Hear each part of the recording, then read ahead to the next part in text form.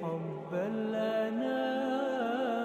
রাতে হাত পায়ের নখ কাটা যাবে কি না, এই প্রশ্নটি অনেকেরই এবং আমাদের সমাজে এখনও অনেকে মনে করেন, বিশেষ করে গ্রামাঞ্চলে, যে রাতের বেলায় হাত পায়ের নখ কাটলে মানুষের অমঙ্গল হয়, অকল্যাণ হয়, সম্পদহানি হয়, বিশেষ কোনো ক্ষতি হয়, কিংবা এটি নিষিদ্ধ।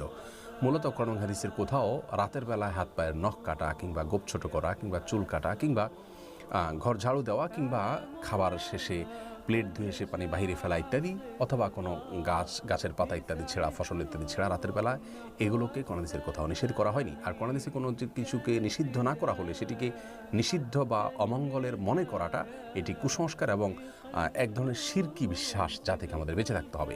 রাসূল করিম সাল্লাল্লাহু আলাইহি ওয়াসাল্লাম বিভিন্ন হাদিস থেকে আমরা জানতে পারি লা আদওয়া ওয়ালা তিয়ারাতা, এবং এ জাতীয় অনেক হাদিস রয়েছে যেগুলোর খোলাসা হলো অমঙ্গল অপয়া বলতে কোনো কিছু শরীয়তে নেই, যে অমুক কাজে অমঙ্গল, অমুক কাজে অপয়া আছে, যদি শরীয়তে সেটাকে অমঙ্গলজনক বলে আখ্যায়িত না করে। মন গড়া বিশ্বাস থেকে সেটাকে অমঙ্গলজনক মনে করাটা এটি ভ্রান্ত বিশ্বাস, যা আমাদের ইমানের জন্য ক্ষতিকর। বিধায় এই বিশ্বাস থেকে আমাদের সরে আসতে হবে।